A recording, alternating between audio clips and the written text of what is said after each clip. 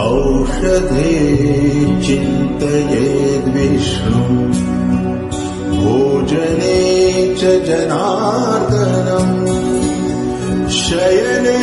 पद्मनाभं च विवाहे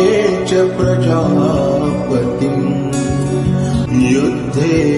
चक्रधरं देवम् प्रवासे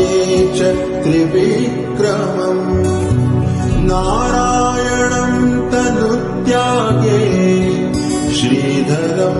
प्रियसङ्गमे दुःस्वप्ने स्मर गोविन्दम् सङ्कटे मधुसूदनम् कानने नारसिंहं च पावके जलशायिनम् जलमध्ये वराहं च पर्वते रघुनन्दनम् गमने वामनं चैव सर्वकार्येषु माधवम्